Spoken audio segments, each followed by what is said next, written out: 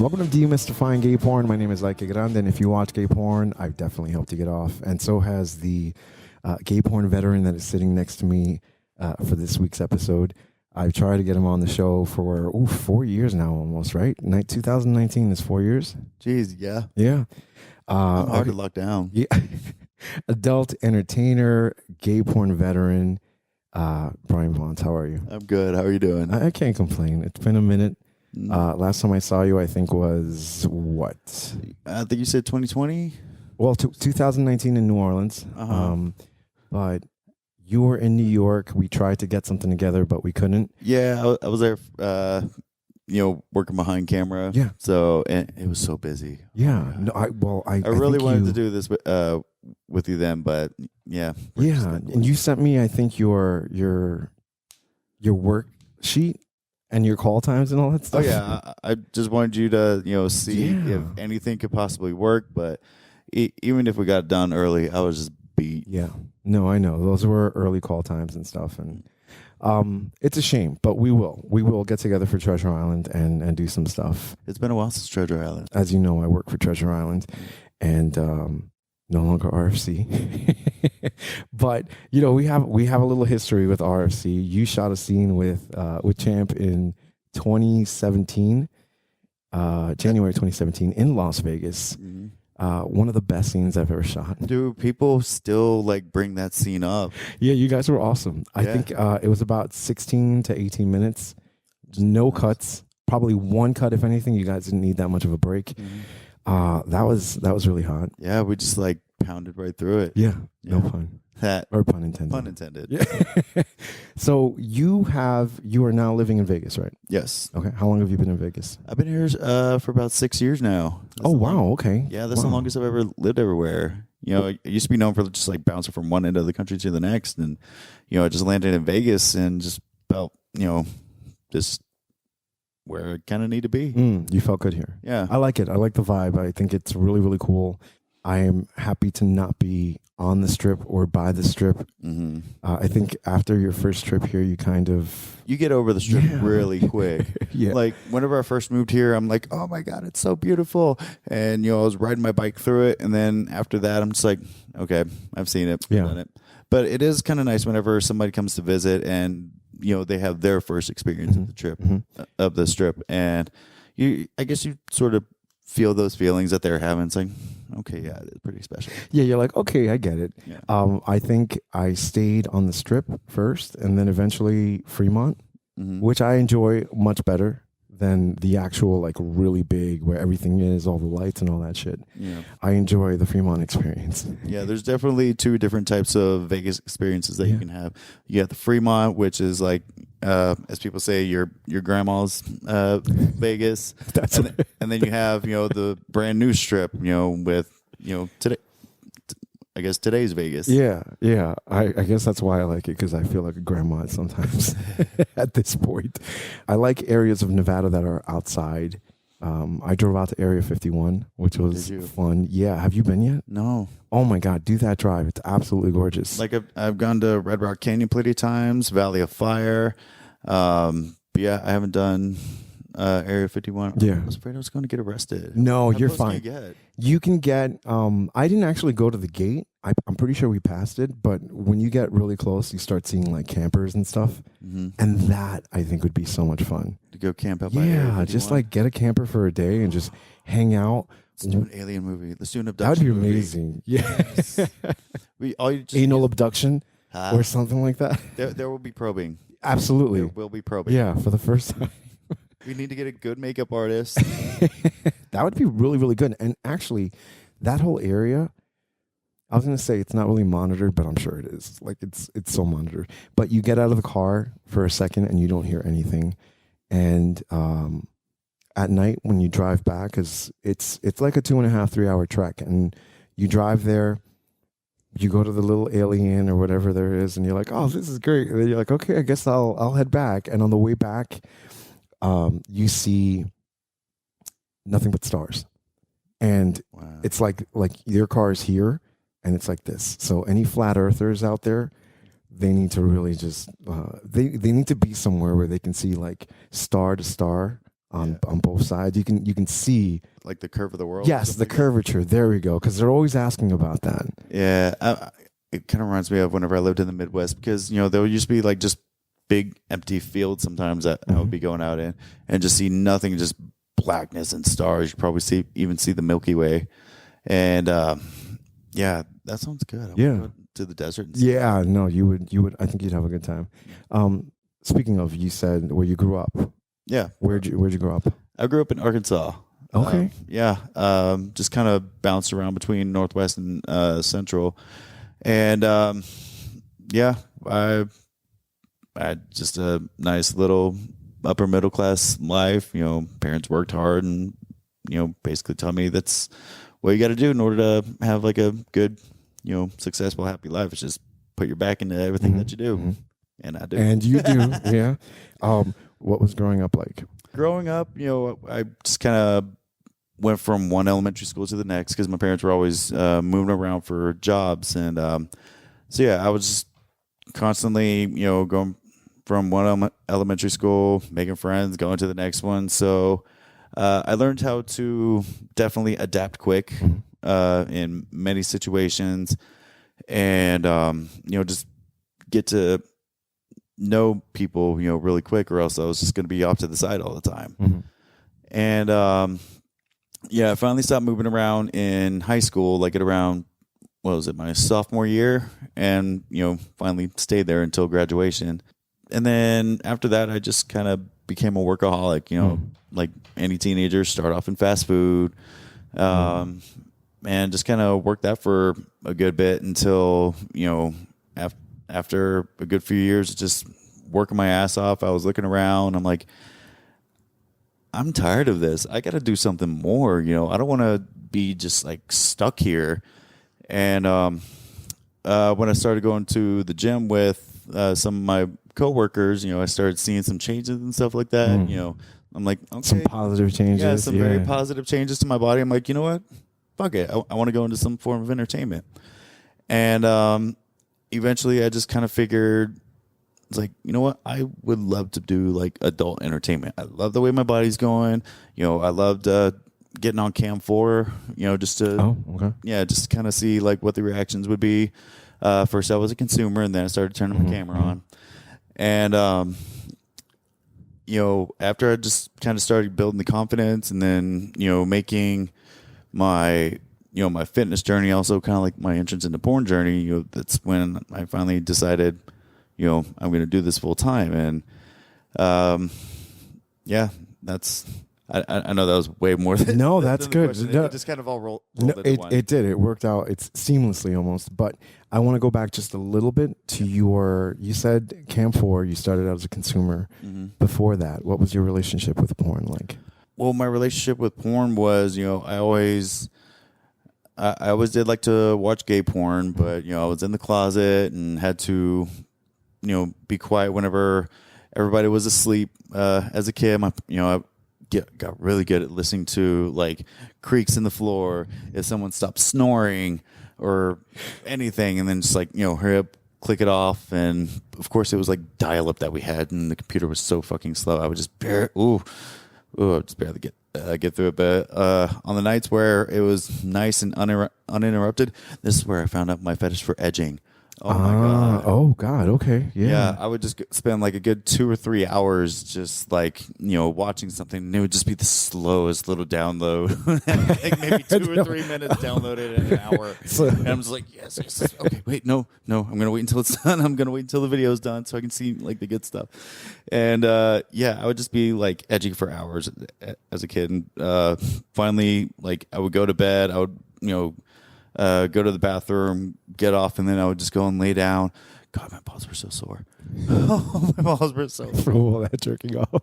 Yeah. Well, I mean, just all the edging. Oh, yeah. Oh, my God. That's right. Blue balls is a real thing. Yes, it is. You're absolutely right. It is a real thing. Damn.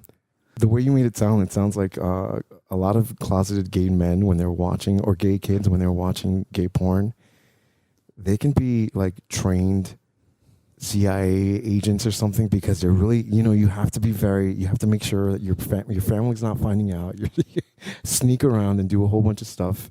Yeah, be very sneaky. Yeah, you mentioned being closeted. What was your experience in high school like, or growing up as a kid? Well, I guess just growing up in a very Baptist household, of course it was very, you're not going to be gay. Like any time that I got caught with gay porn, my mom was like, should we take you to the preacher? So you were caught. Yeah, I was caught a couple times, and I just, I kind of locked myself in the bathroom or hid under the sheets. I'm like, don't look at me. I'm sorry. So yeah, I was brought up to just really believe that, being gay was wrong. Mm. And, in high school, I turned 16 and I just kind of had the freedom to stop going to church and, started hanging out with other friends and I guess becoming more worldly. Mm. But I mean, honestly, it was good for me because I didn't want to just like stay, believing all the time that gay is wrong, because it felt like a part of me was wrong. And I didn't, it kind of started me, sort of hating that side of me. And eventually, I just kind of had to get out of it and just start saying that, church is full of a bunch of bigots. And it's a big book club. Yeah. It really is. And sorry. Yeah, I even tried dating a couple girls. Eventually, lost my virginity to a girl. But it also. So you went through it. You were like committed to it. Through it. And the last girl that I tried to date, she had just kind of up and disappeared for about a month. Yeah. I was calling her. I was calling, the house she was lived in. Her grandma told me, stop calling here. And I'm just like, what the fuck did I do? It's like, I got a job. I got an apartment. You got a kid. So, yeah, I was committed to it. And, once that disappeared, it just fucking clicked. I'm like, I'm tired of hiding who I am. I'm tired of being unhappy. And I'm just going to say fuck all of you and do what I love. Clearly not tell my parents I'm going into porn, but I just decided to really come out after that and just be like, this is who I am, and I'm tired of being ashamed of it. Mm-hmm. Should we talk about your parents and porn before getting into porn, or should we get right into porn? Well, I mean, definitely my parents were against porn. Mm-hmm. Eventually, after so many times of, me being caught with it, they were just slowly coming to the realizations like, okay, we're just waiting on him to come out now.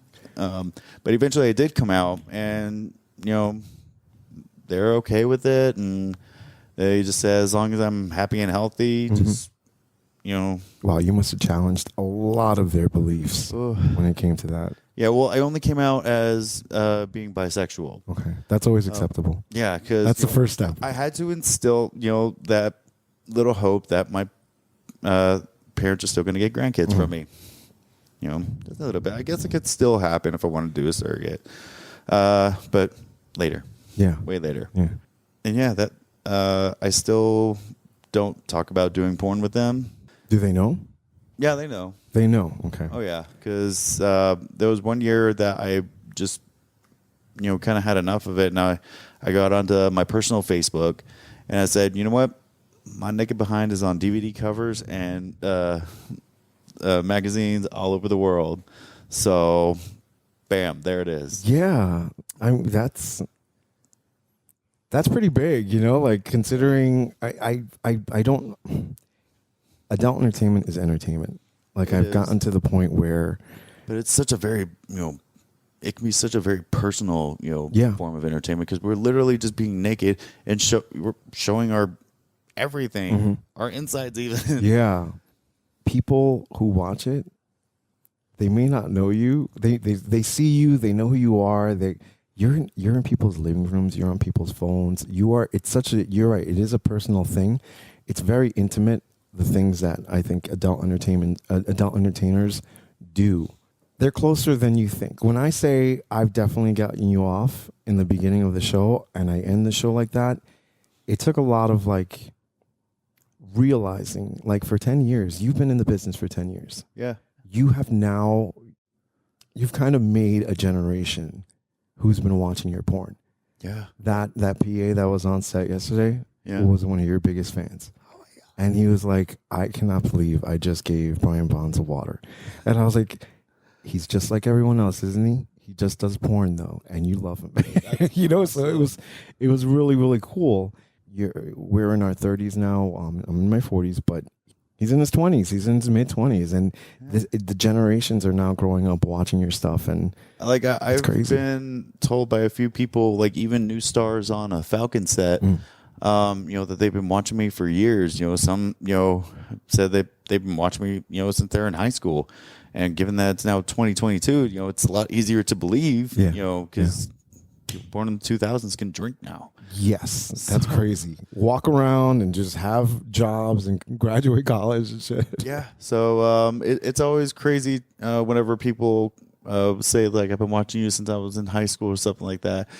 In my mind, I'm thinking, okay, I can't say anything because I did the exact same thing. Yeah. There's no way that I can, preach against that publicly. Like if there's somebody who reaches out to me now that's underage, again, it's like I can't say anything against it, but I might not respond to it because I don't want to condone anything illegal. It's a very gray area. It is a very gray area. I agree with you, but there's a really, really good documentary that was done, I think, by the BBC where they talk about how much, like we were, when we were teenagers, we were watching porn. We know that, like, it happens, and it's happening younger now, especially because of the fact that everybody has phones. Yeah, exactly. It's like such easier access. I'm sure parents can probably put like parental controls on and everything, but no, these kids are tech savvy. They're going to find smart. it. They're going to find a way. Yeah, absolutely. Get that password. And I think very similar to how, Nevada or Vegas has legalized prostitution and legalized marijuana and stuff. If it's there, you may as well educate as soon as you can. That way, it's the easy, like we did, and by we, I mean like everyone. We did this with TV. We fucked up with TV because nobody knew how to teach it in schools. And now, I mean, we had a reality TV show president. It's crazy that's how you can spend years kind of grooming to become a president in Congress or in the Senate and all that stuff. This guy spent years inside people's living rooms to the point where they thought he was an actual CEO. That's the power of TV. Yeah. So there's something to be said about effects that marketing and media and all that stuff have. So like I said, if this is entertainment, we should be helping with sexual education too. There have been some people who have reached out to me, with certain videos I did, like, some sit down and talk ones, like my Stony moments. Oh yeah. I saw them. Yeah. On Instagram, right? Facebook. Oh, Facebook okay.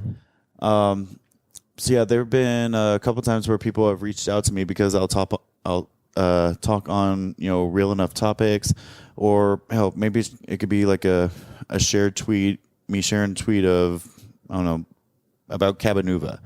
But either way, people will reach out to me and be like, I didn't know this. I didn't know this about myself. I didn't know, all these safety things. And it's like, you from watching you, it's like you kind of give me like some confidence about it. Yeah, that's cool. I think I was talking to Dylan Diaz not too long, yesterday, but just like musicians and artists, movie stars and stuff, it's not our obligation, but it's always nice if you can. Yeah. Because people do watch and people will learn. Yeah, we have a platform. Yeah.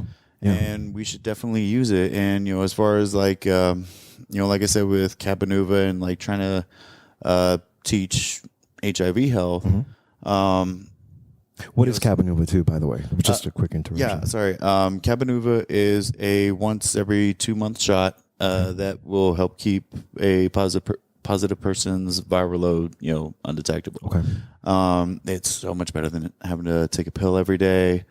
Because I mean, who knows? You could probably either run out of pills while you're out on vacation, or I don't know, just for whatever reason, just forget to take them for X amount of time. So yeah, you just get that shot. Like it's 2 shots.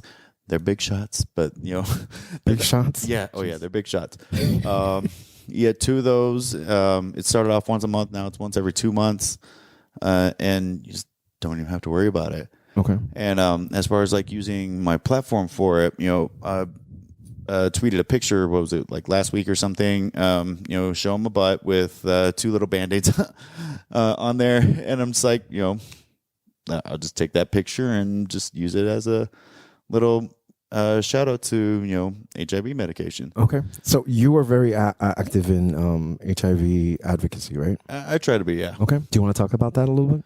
Well, yeah, because I've definitely have noticed. Let me start with this. When I started in the industry, I was negative, and eventually, I became positive in 2014. And I definitely noticed how like that affected my work. Like there were some studios that just even if they were condom and tested, they still wouldn't have me on there, even if I was undetectable. That took away any chance of doing bi content. That took away any chance of doing trans content, any straight content. So just knowing, how it has affected, my life, I've just been, doing my best to, show people that it doesn't really have to affect your life all that much, but also prevent it if you can. I'm kind of against chasers and gifters, because people don't really notice like how much, it can really change your life. Because I mean, if you do stay on the pills or if you forget to take the pills, I mean, that could literally lead to you die. Do you get a lot of chasers and? Oh yeah. Okay. Like for the most part, I know it's just them talking. They're probably just wanting to have the pause talk to, like a fetish. Yeah, it's a fetish. But it's out there. Yeah. Because I did, and I'd love to talk to you a little bit about it, because I did a podcast with somebody. I do a lot of open lines, and a lot of times it's fans and they call in, and I did one with a guy who had a pause fetish, but he's on Twitter and people would contact him and he would show me the messages and just, I'm going to be in New York at this time. I really want you to pause me up or load me up. And he willingly does it, and they know. And I put that up, and I don't think I've ever gotten so many messages for an episode. And it was rough, because I'm not endorsing that behavior, but I reached out to scholars. I reached out to authors who have done books on the subject. I reached out to people in the community, and nobody would respond except this guy. And then finally, when I had him on, then they started contacting me. He's wrong. Why would you do that? Why would you give him a platform? And I was like, I reached out to all of you guys. Nobody wanted to talk to me. And it's a very uncomfortable talk, but it's out there. It is an uncomfortable topic, because, I mean, nobody should really condone, giving somebody a potentially deadly disease. It shouldn't be anything that people, search out for. I get it. Live on the edge. Woo, YOLO, what the fuck ever. But I mean, whenever it comes to like playing with your health, but not only your health, but everybody else's health, then, why? Yeah. Why would you want to do that? Because what if somebody is their viral load is high, and what if they're not telling people? Not saying that, or they don't know. Yeah, or True. they don't know. Yeah. But I'm not gonna, say that there aren't people out there who do. I'm sure there are people out there who are kind of responsible, like, maybe they're pause for pause, and they only, just keep it within the brotherhood. And, that's fine. Do what you will, but just as long as they talk with their partners, be like, look, this is my situation. If you're willing to take this risk, then let me know. If you want to do this, let me know. I'm not going to tell anybody how to have sex. We can always just give our opinions about it. And somebody said informed consent. That's just the main thing about it. There's always going to be chasers. There's always going to be gifters. And also people who just simply either do or don't know. It's just all about informed consent. Yeah. And another thing, and then we'll move on to porn and stuff, a little more porn. Mm-hmm. But another thing on this topic, one thing that I was asked a lot about, and I want to ask you because you've worked at both studios, Treasure Island Media, which I think when you said pause for pause, I think that's predominantly how they were started. Themselves, yeah. Yes. But then also because I worked for Raw Fuck Club, Dark Alley Media, which became Raw Fuck Club. Somebody asked me, how did you not know that you worked for two of the most bug chasing pause fetish websites? But I don't necessarily see it that way. I think Treasure Island, first of all, I'm not going to lie, I never watched any of the Treasure Island movies. Huh? It was really hot. Yeah? Slammed was really hot. Oh, I never saw Slammed. But when I left Raw Fuck Club to come to Treasure Island, a lot of models did not work with me because of the fact that Slammed was in the catalog for Treasure Island. I had nothing to do with it. I can understand why. It's a very triggering movie. Yeah. But yeah, it was still really hot. And Slammed, just in case nobody listeners don't know, it's a movie. What is it? It's a meth movie, right? Yeah, it is a meth movie. Get the guys high as you can and just whore them out.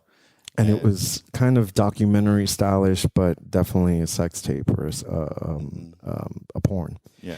Raw Fuck Club has the little biohazard symbol on it. Mm-hmm. But I never thought, because I was on set, it was never behind the scenes, never was it something where the guys were coming in and they were going to get gifted or they were chasing, or it was never the case when I was on set. That's never the case, whenever you go on the set or whenever you're booking anything.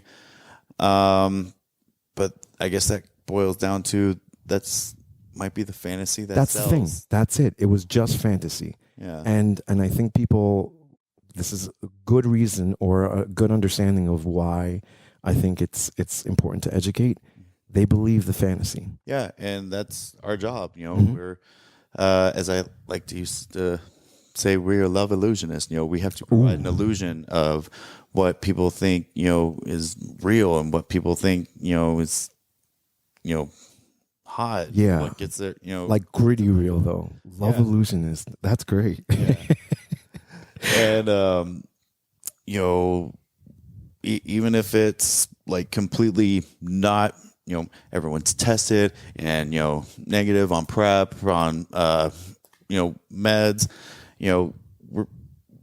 the studios definitely go out of their way to make sure that everyone is safe. Mm-hmm. But for all our audience knows, we literally just found somebody behind a dumpster and just gangbanged it back there. Mm-hmm. I can't even, I'm sure you get, everyone's on drugs, everyone's this. And I'm like, all right, calm down. Even when I talk about Tim, I don't think I've ever met a nicer bunch of behind the scenes people. Very smart people too. It's I wish that they would go with that more than the dirty, gritty illusion that they have. But that's their base, that's their audience, and that's fine. So speaking of that, you have an audience. You have two audiences. You started out in what studios when you started? Oh, my first studio was Bad Puppy. My first scene was with Mike Rivers. And that was my first studio scene before I had started out traveling around with Jason Sparks and, doing his little live cam shows. Oh, okay. And yeah, I started out in Bad Puppy, but then my next big studio that just kept having me back and back, flying me from Arkansas. And that wasn't cheap. So yeah, it's not a hub. was kink.com. Really? Okay. Yeah. Out to San Francisco, right? Yeah. Okay. After the first video that I did for Bound Gods, they were just like, holy shit, this guy can take it. Like, they pulled me along a rug or the floor, and I had this big of a rug burn. And I think it was the fact that I'm like, no, it's all good. I was, put something on it good. Later, it's like, you know what? He's easy to work with. He can, take it. He can take a beating. He can take a fucking. So we're, he can take being tied up. So we're just gonna keep having him back. So you like that? You like the kink? You like the BDSM? That's where I definitely learned that I'm not too much as big of a pussy for pain as I used to. Okay. think that I was. I can definitely take a lot. And yeah, that's where I got introduced into doing fetishes. From simple BDSM to fucking, tip play, electro play, puppy play, just being a slave, what was it? Sounding. Oof. How's that? It's a lot. It's better than what it looks like. It looks surgical. Yeah, it look. Well, I mean, you have to use Medical. surgical lube Anyway. Okay, and clean it really good with like Cavicide and Hibiclens, and it's just scary. It looks scarier than it actually is. What is sounding? Sounding is using a long metal rod, or they have some with like studs. There's different types of sounding rods, and you take it and you put it down your urethra. And just slowly, just work it down. Use whatever gauge is comfortable enough for you. I usually start with like the smallest one, just to, slowly work it open, and then eventually, you just find yourself just even jacking off with it inside. Holy fuck! Okay, like you'll have just a full on hard on, and sometimes I've felt like I almost lost a sounding rod in my dick. Oof. but then you learn how to reach back, how far your actual urethra goes down. It's like, oh, there it is, and how? Okay, I need to ask you, because you talking about it absolutely makes me feel it. What does it feel like? It feels like God. It's kind of hard to describe what it feels like. I almost want to say like peeing or coming. Some people describe it as jacking off with from the inside. And for me, I think the thrill and the thrill of it is because of how scary it looks, and the fact that I'm kind of afraid, like, what if it goes down to, like touch your bladder, which a lot of people do it just so that, really, yeah, like they'll use like these gigantic sounding rods, and they're going down and just like tickling their bladder with it. And, I don't think I've ever had anything that deep in there before. Maybe I have like a silicone sound or something. In fact, yes, I have done a silicone sound that went down. What an uncomfortable conversation. But I mean, yeah. Like whenever it's in there, and you get over the fact that it's not hurting, and once you get over that hump and you just start jacking off with it, it's like, okay, this is new sensation that my brain is getting used to, and I like it. And then eventually, you come all it's inside of you. And and with a normal sounding rod, it'll just like start shooting out, and then comes just like coming up, all on the side of it, and it's like, this is really hot. Yeah. Okay.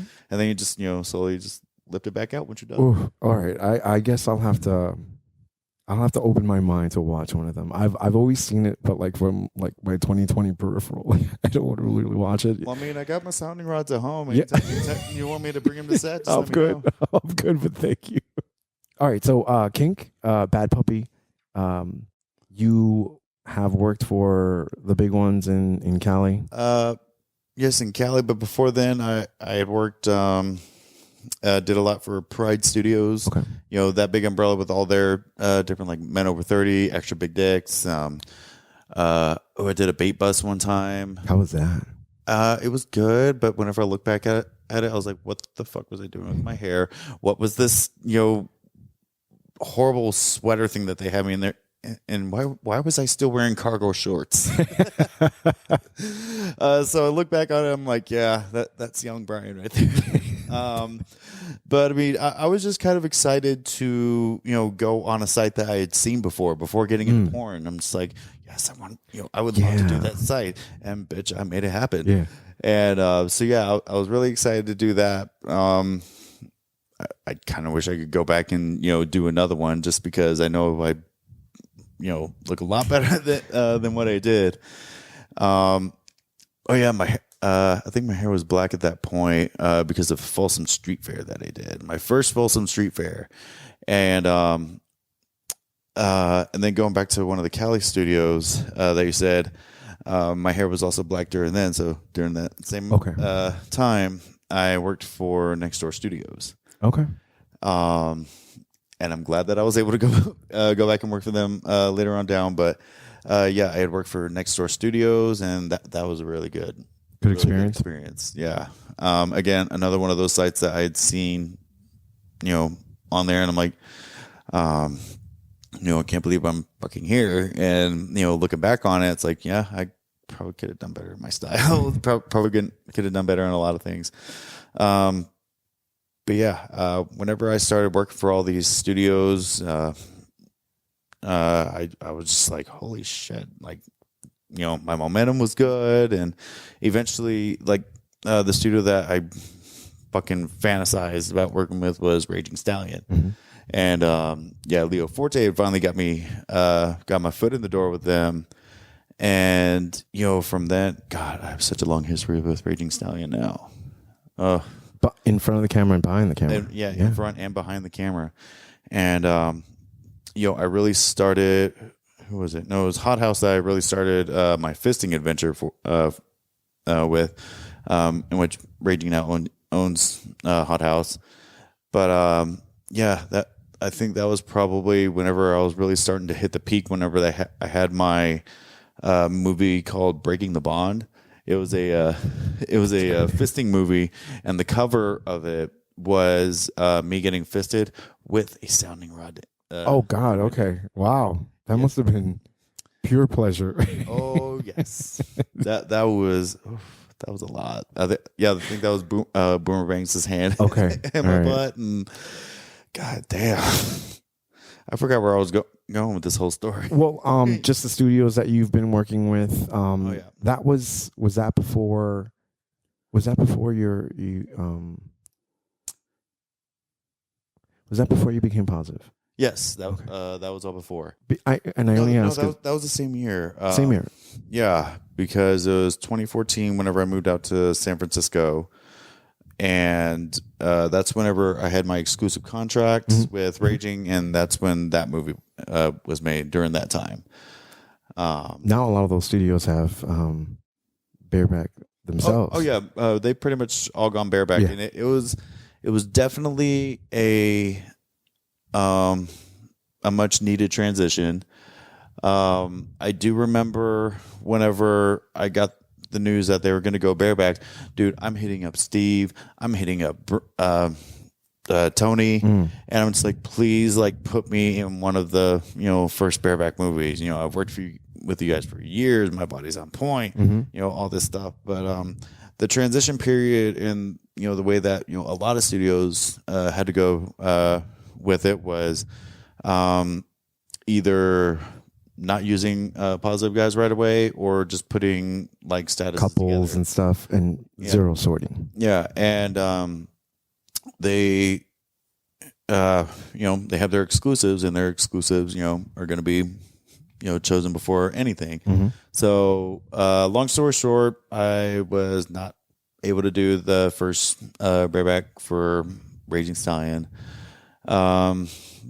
But eventually, though, they moved into just having the right legal paperwork and everything to for everybody to sign, saying I'm working bareback with opposite person because with the person of opposite status because, and it's taken a little while, and for me it was a little painful, a little spiteful in the beginning, but yeah, now do what they need to. I'm still spiteful, and I'm behind the camera because all these studios, I don't have any enemies when it comes to that. I'm not trying to make any enemies, but all those studios really did shit on Raw Fuck Club, Dark Alley. Oh, they did. And to the point where I remember when, and I've said it before on the podcast, but I remember when models who had done a scene with Dark Alley Media and were going to be exclusive with studios in California, they would have to do a video,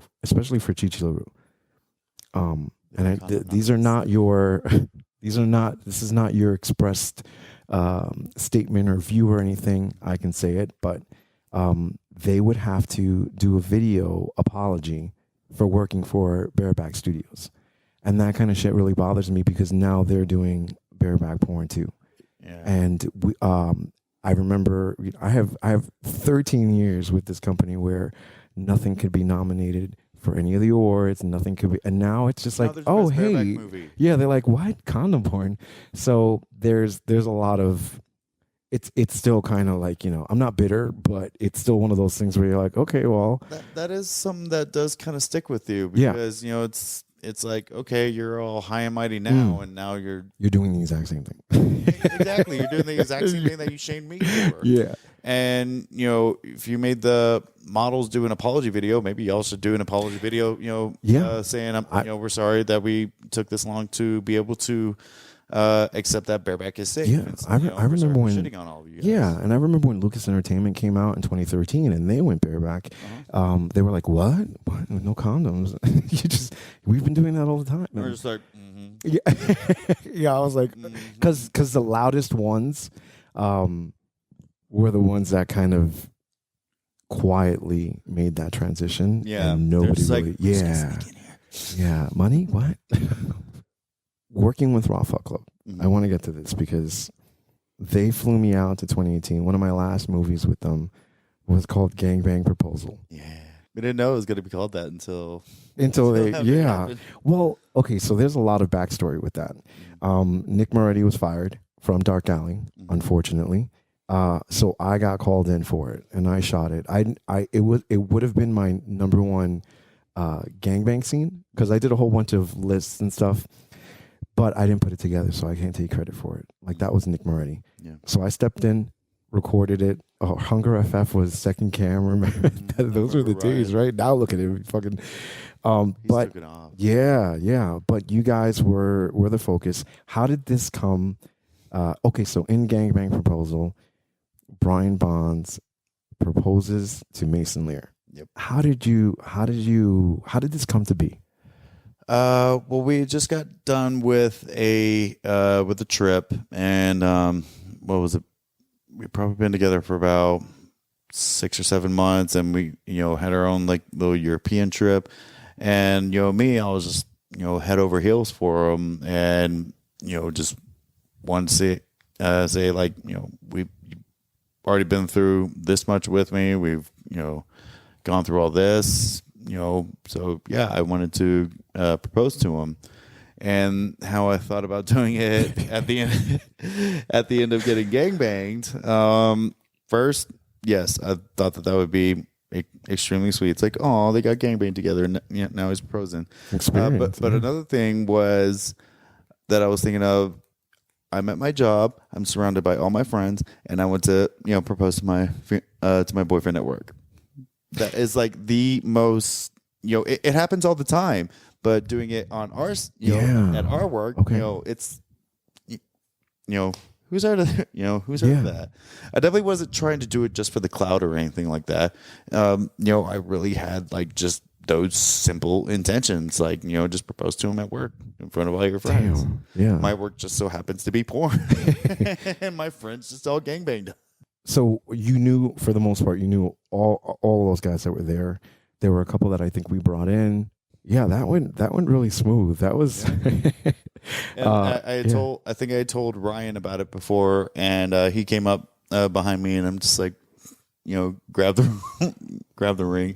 I made it go, you know, it's probably the smoothest thing that I've ever done. Everything else has been terrible. But if anything, that was probably the smoothest thing that I have ever done. Yeah. No, that was obviously, I don't know how I can top another proposal that, after that. So no, yeah, I don't know if I'd ever do it again. For various different reasons. I had a proposal on the podcast, and they are no longer together. So I'm like, don't get proposed and don't get engaged in front of me, because obviously I'm doing. I'm, I'm not saying I put that energy out there, but shit, like I'm like, oh fuck, okay. But it was a really good experience. I think it was really cool. It was not something that was done before. yeah. So it was cool for everything, for what it's worth. You can look back and be like, wow, that happened. We did that and we were part of each other's lives at that point. Right. And I still get either messages about or tweets about the gangbang proposal. I still, if I go to hook up with somebody and they got porn on, they're like, I really want you to see this gangbang. It was cool. And I'm just like, just flat face, flat face emojis. Like, that happens, right? You said that before. Like, it happens more often than not, where people are playing the porn, and yeah, it'll be one of mine. And I first of all try not to start off by letting somebody know that I do porn. Just kind of let them, if they recognize me, if it comes up, fine. But yeah, that's not the first thing that I try to put out there. Mm-hmm. Whenever I'm hooking up with somebody, whether it be online or anything. But if we go back and find something, and if I'm in it and it's like one of their favorite scenes, then they'll just kind of have like that little shock value. It's like, holy shit, no way, it's you. Oh no. Do they treat you different afterwards? That they definitely have their little starstruck moment, and I just hope I'm not too drunk to make it a mess, a messy experience for him. It's like, oh yeah, I met Brian. He was cool. Yeah, great. Get bottom. Yeah. After all this, I know you're doing behind the scenes stuff in porn. You have started doing content creation. You started doing content sharing. What do you want to do? What's next? What do you want to do with your porn career? Well, since moving behind camera, I would definitely say that I have learned a lot. It's been like a ton of free schooling, just learning on the job, how to set up, whatever set. I've been learning like how to do camera, how to, get my framing right. I'm still working on quite a bit of that. But yeah, everything. I'm just trying to learn as much as I can, so that I can put it towards like my own projects. Yeah, I did try to start up my own studio a couple years ago, and you can definitely see how from the first video that I shot to the last video that I shot, like how my camera work has evolved over the time, and you can see how my photography has evolved over the time. It can still use a few tweaks here and there, but for the most part, like, I would probably pay for it. If I was still just a consumer, buying somebody's scenes on just for fans, if somebody put that for $4.99 or something, it's like, fuck it, I'll buy that one. It's good. I think you shot something for Champ once, right, during the pandemic. I think with August and Micah. Yeah, that was good. What was it? Yeah. Okay. I saw it. No, I thought it was really nice. You used the DSLR and everything, and it looked really, really nice. Yeah, I got a newer camera. And also angles, penetration shots, because a lot of people pick up a camera and they're like, oh, I'm making porn, but you're like, kinda. Like you're just holding a camera while somebody's having sex in front of you. You're not actually like getting shots. Yeah, yeah. But again, it's been like free schooling working behind the scenes at Falcon, because I can imagine. Like once I got putting lights up and sound and after I got good at helping setting the set, then I would stand behind and look at what they're getting.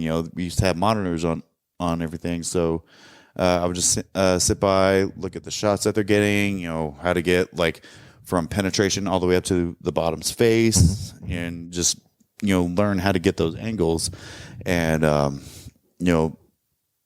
I've just been trying to take that and roll with it. Now with content creation, I do like to offer myself as like, if you want me to shoot something for you, whether it be for a studio or if people come up to me asking me if they will help shoot their OnlyFans stuff, then yeah, I'll do it.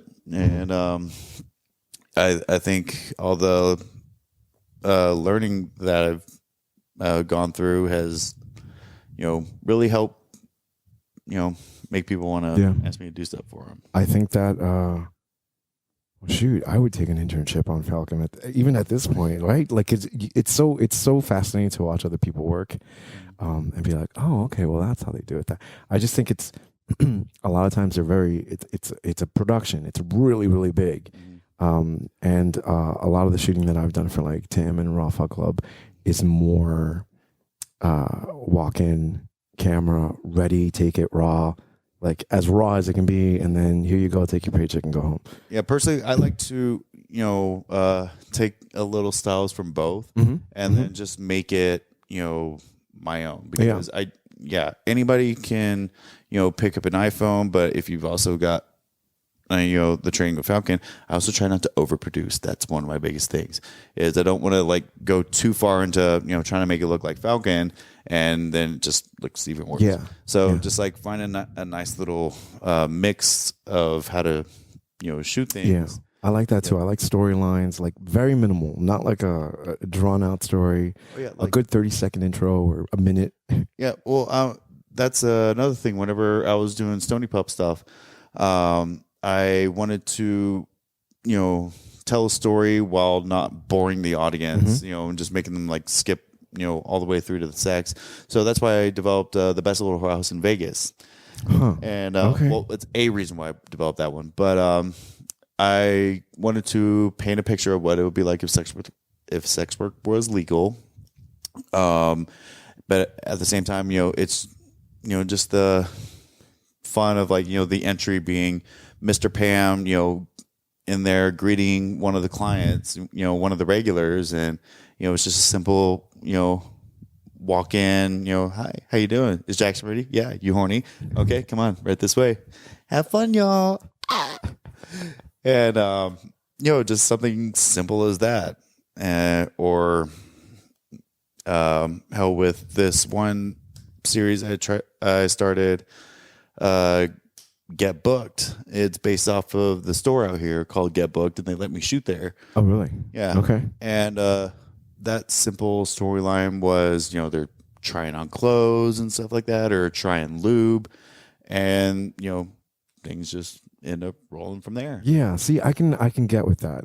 It's when it's too elaborate, $80,000 to $100,000 productions. You're like, oh, just start making art porn, art films with sex in it at this point. Like, I don't know. I mean, my third series, Coven, that one was a bit, had a little bit more story to it. I started off just by, and I wanted to use like real, magic, real, spells out of a book and stuff, because that was another thing I wanted to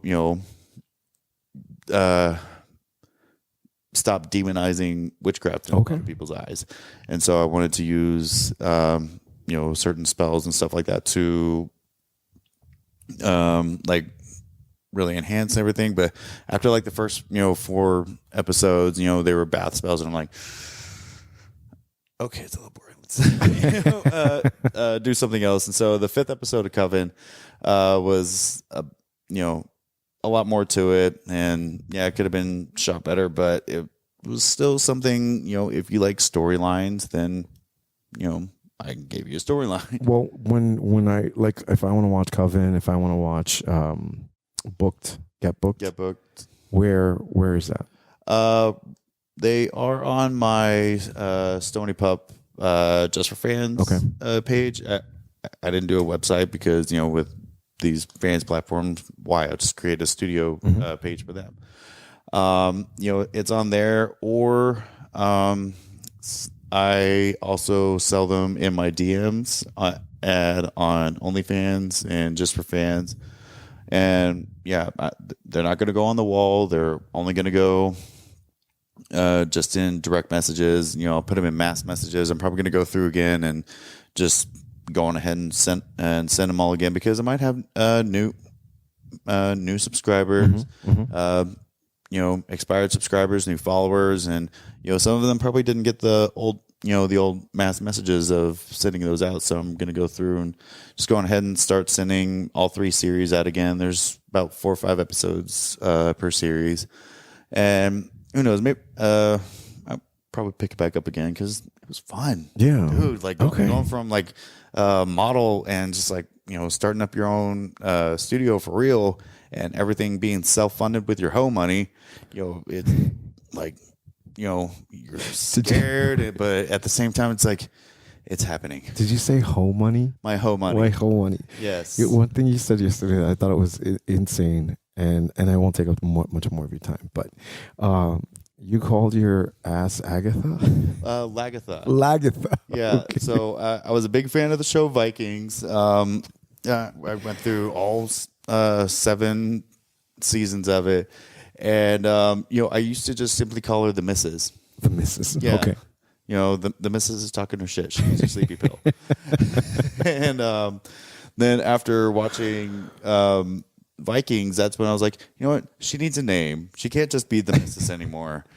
So yeah, I named my asshole Lagatha after the main shield maiden of Vikings, because, you know, she's tough and she can really take a beating and keep coming back. True that, and I've seen it a couple times. Times. When people want to find you, when people want to know more about Brian Bonds, if they don't already, or listeners, where do they go? Usually just like on Twitter. I'm not entirely, you know, as active as I used to be on social media. But yeah, they can go on to Twitter and see what I'm up to. I mean, right now it's just a lot of automatic tweets from Just for Fans. Sorry. There, I'm on Instagram. I just got a new account because my old one was hacked. My new one is now official_Brian Bonds. So I'll be trying to post a little bit more on that. And then there's Facebook. You know, if I can get the motivation to put Stony Moments back up, then, you know, I'll have like an update every week on that. Yeah, do it. I think Stony Moments, it kicked off there for a while. Yeah, behind the scenes stuff I think is very, very necessary. Yeah. Especially for this industry. Yeah. And there's room for everyone. There's room for everyone. And honestly, shit, what was I going to say? Fuck, my ADD kicked in. You just had a Stony moment. Yeah, that right there was a Stony moment. But yeah, that has really just kind of evolved from like me holding the camera, walking around town, to, you know, actually putting like a little production with together with it. And I was doing that with Leo for a while, but, you know, then things in life happened and just kind of fell off of it. But yeah, now that I've seen like where I can take it, you know, just simply, I want to see how much further I can take it. Oh shit. Yeah. All right. Maybe make it like a full talk show. Yeah. All right. Like I am looking forward to it. it. Not trying to be your competition or anything. There is none. Honestly, there's other podcasts that are now starting to pop up, and I think it's awesome. I think that I think like after being in, you know, this industry for 10 years, like, you know what? Fuck it. Start a podcast. Yeah. You've earned it, earned your break, and just, you know. I'm shocked that it took this long for a lot of people, but you know, it's cool, and I don't think anyone that does start one, you're gonna have such vastly different experiences that there's so many stories that you can tell with it. Yeah. You know, and you know, you can go anywhere when it comes to this stuff. So, guys, Demystifying Gay Porn. You can find us on any podcast directory. You can find us on YouTube, TikTok, Instagram, Twitter, Facebook, anywhere that allows for conversation and discussions about gay porn and stuff. My guest, Brian Bonds, porn veteran, adult entertainer, content creator now, Stony Pup. Watch out for Stony Moments and Stony Pup. Yeah, I have to absolutely thank you for your time. I absolutely appreciate it. I'm glad that we finally did this. You were one of the most requested people in my DMs for an interview. So, well, thank you for having me. I'm sorry it took this long. It was worth the wait. Yeah, maybe we can have a follow up on here in like a year or so. Yeah, see if I've actually got stuff going. No, for sure. I would love that. Yeah, I like having the more guests start coming on, the more models start coming on. The less we start talking about porn, the more we start talking about other stuff. Yeah. Which is really cool. I appreciate that. Because porn is great to talk about, but there's more to us than just our asses and dicks. Exactly. And that's exactly what we're trying to do here. Yeah. Well, I appreciate you doing that. Likewise. Well, I appreciate you being on. Of course. All right. Cheers. Bye.